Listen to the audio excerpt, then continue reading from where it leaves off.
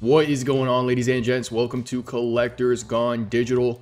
My name's Josh, and on today's episode, we are going to be covering the OUP and MCP points. So this past week, we had two articles get released, one from Ecomi giving us an update on the OMI token, and the other one from VeVe giving us an update on how we're first going to be able to use our MCP points. So we're covering both articles, and on top of that, we're breaking down how to earn points in general. So how many you earn from collectibles, comics, sets, duplicates, daily activity. We cover it all in this episode. So if you guys do find the video helpful, make sure to share it with the community. Without further ado, sit back, relax, and enjoy. So first, we're going to start off on the Ecomi side with the OMI token update. And they actually start the article by saying, OMI and its utility is one of the key business priorities for 2024.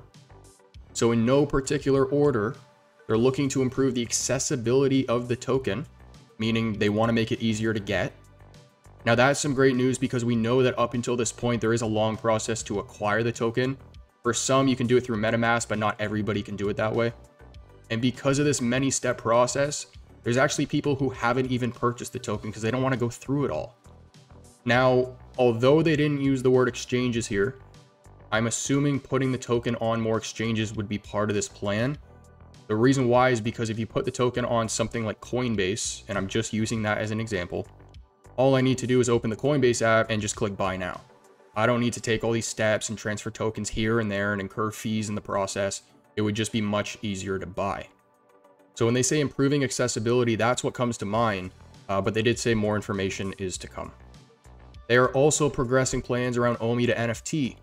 And we all know this has been highly anticipated by the community. This would, of course, allow people to use their OMI funds inside the app to actually purchase collectibles or comics or artwork. So another great point there. And then the last one that they have is just a reminder for when Season 2 starts, which is going to be on April 1st of this year. So moving over to the VeVe side now, let's talk about these MCP points. Priority bidding is going to be the first way you can use your points. So use MCP points to bid on a collectible reservation from the VeVe drop waitlist. For each drop, a specific percentage of editions are going to be reserved for MCP priority bidding, and the allocation is going to differ depending on the number of editions available. Now, after you place a bid, collectors can increase their bid or withdraw their bid until the waitlist closes. Once the waitlist closes and your bid has been placed, the amount of points that you bid is then going to be deducted from your total balance in the app. I do want to make two things very clear though, because I do think some people are going to forget about this and then run into it later on. But if you place a bid and then do not make the purchase, okay, you choose not to get the collectible, the MCP points that you bid will not be refunded. But wait a second. We just read a point about how you can add or withdraw your bid. So how does that make any sense? You can only withdraw your MCP points before the waitlist closes. Once it closes and those points have been locked in, whether you choose to make the purchase or not, those points are gone. The determining factor here is whether the waitlist is open or closed. You can place a bid and take those points back, but all that has to happen before the waitlist closes. Now, let's say you place a bid, but you're not successful in securing the reservation. Those MCP points are, of course, not going to be deducted. So the only time you should see a deduction from your points is once the waitlist has actually closed and you've secured a reservation. If the waitlist closes, but you haven't secured one, your points will have never disappeared from your wallet. So it's not like you place the bid, they disappear from your wallet, then you don't get it and they come back. They don't disappear until it's confirmed that you've gotten the reservation. If anyone's confused about this, please let me know down below.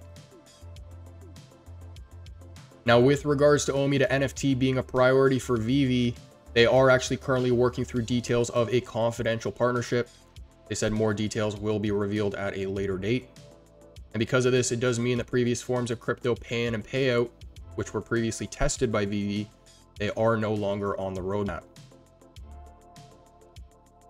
Now, at the bottom of the redeeming points article, there was a very small paragraph talking about accessories. So collectors will be able to redeem points on various accessories, which are going to be made available in the VeVe store. Now, more information on these accessories are going to be released closer to their drop date, but I gotta say, at least from my perspective, it is something that I do expect not long after the VeVeVerse is opened. If anything, there should be some accessories already available. If you want to offer a platform where we can take our collectibles and put them into entire worlds that we've built and then immerse them in VR and AR, accessories are an absolute must. And the reason why too, especially for VeVe, is because if you're working with all these licensors, I already know for a fact that there's going to be systems in place where they're going to have to approve certain content. So it's not like we can just import our own accessories right out the gate. Because of that, they need to provide us with them. And I hope VeVe's watching this one. I do not want to be waiting long for accessories at all. So next up, I want to move into leveling up in points. We've never actually really discussed it on the channel before. So for anyone who wants a complete breakdown, here it is. There's going to be 4 main ways to level up, okay? The first way is going to be one-off points. Any activities like joining VeVe or purchasing from the store are going to be considered one-off activities. The next way is going to be daily points.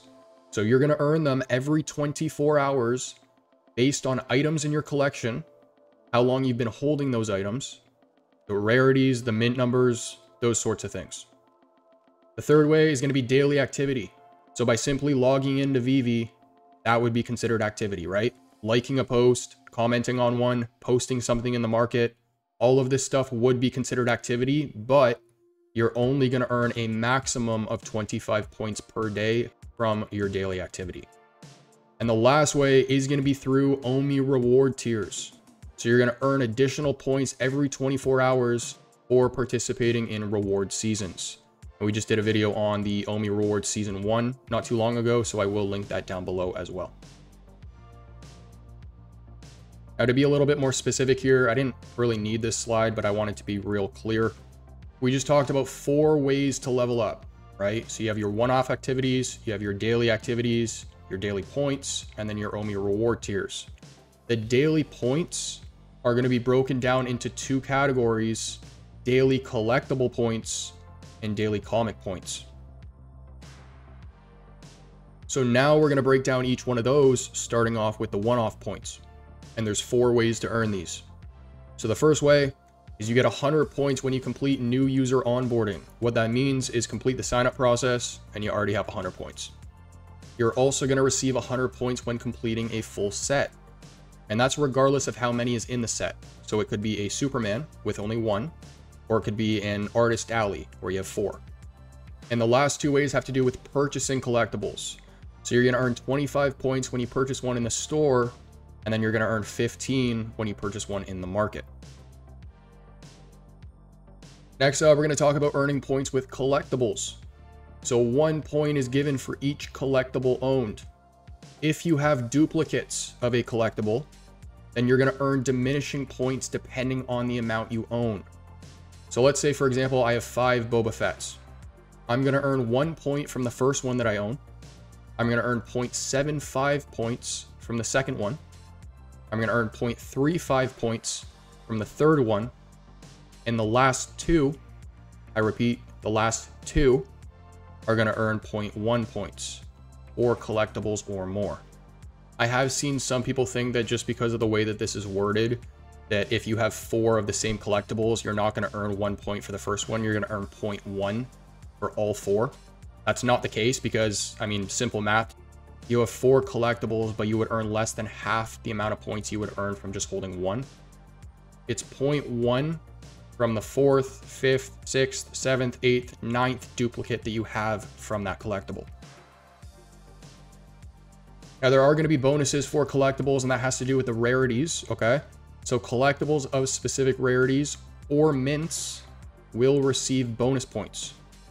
You're going to earn an extra 0.25 points for a rare, 0.5 for an ultra rare, and 5 points for a secret rare. So quite the jump. Now, as mentioned earlier, you are going to earn one-off points when completing sets, but on top of that, you're going to earn points based off of the number of collectibles in that set as well. So as sets offer varying numbers of collectibles, points earned are based on the number of collectibles in the set. So when you complete the set, you're going to earn the 100 points, but you're also going to earn 1 extra point if it's 1 collectible. You're going to earn 2 extra points if there's 2 in the set, 3 for 3, 4 for 4, and 5 for 5, or more. So if there's 6 in the set and you complete it, you're going to earn 105 points. 100 one-off points, and then 5 for the amount in the set. Now, when it comes to duplicate sets, and we are still talking about collectibles here, if you do own one more of the same set, just like owning duplicates of a single collectible, the additional sets are going to be subject to diminishing points. So if you own 2 of the same set, that second is only going to earn 30% from the total amount of points you would earn. If you own 3, the third set's only going to earn 20%, and then 4 or more sets are only going to earn 10%. So for example, if you own 2 Superman collectibles, you're going to earn 1.3 points daily. 1 point from the Superman, and then 0.3 points for the second Superman, or 30% of the 1. I'm really trying to dumb this down for you guys, but at the same time, I'm like, oh my god, there's so many numbers here.